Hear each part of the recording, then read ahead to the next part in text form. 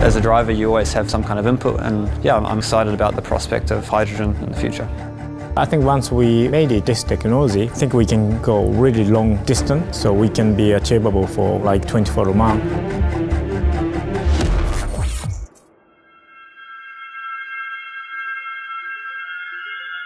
When I saw the hydrogen, the combustion engine, obviously I think it doesn't matter if combustion or obviously I think that can be the option. That's why I think we begin to start develop properly, especially on the racetrack instead of developing on the road.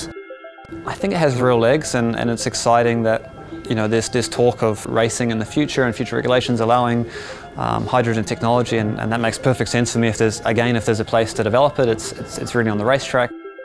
I think that as we considering that the motorsports had the very fast development technology and the speed of how we develop the technology. That's why I think we began to use the hydrogen, the combustion engine at racetrack, which is during the race.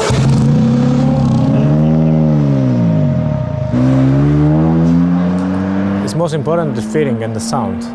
I think this is needed for motorsports. I mean, of course, I think car need to be fast. When car running fast, you can see it fast. But also, same time, you need the sound to make it more exciting when you hear. The biggest advantage I feel with the H2 combustion engine is really to have a sound of the engine, which is really purely important for car or the racing especially.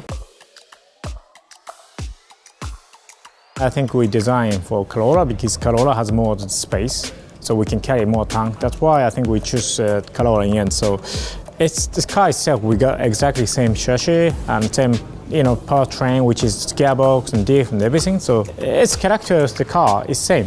So it's like just a smaller car, but we have limited space to carry in the tank. That's why we choose Corolla. But I think the feeling is exactly the same.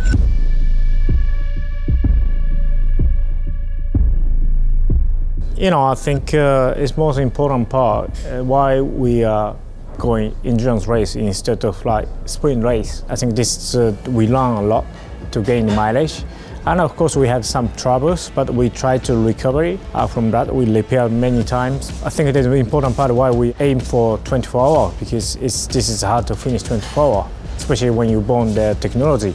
And then I think that another part we want more mileage.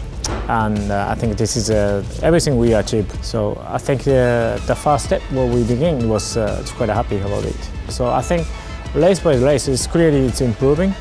It's now, I think, in terms of the just pure power, we had exactly the same power as much as the fuel. As we all speak about the sustainability and carbon neutral nowadays, I think alternative powertrain is very important to look for, and yeah, it can be electric, can be fuel cell, it can be hydrogen combustion engine or e-fuel, whatever it is. And it seems to be, it can be achievable, and just we need the time. And of course we need more the things all together because people understanding more the hydrogen system, what we can achieve. Yeah, I think once we made it, this technology, for example, I think we can go really long distance, so we can be achievable for, like 24 Heures du Mans. I'm not saying I'm an engineer, but being a part of these race teams, and as a driver, you always have some kind of input, and yeah, I'm excited about the prospect of hydrogen in the future. As part of race car driver, I'm really excited to see how it builds up for the future and see how it goes.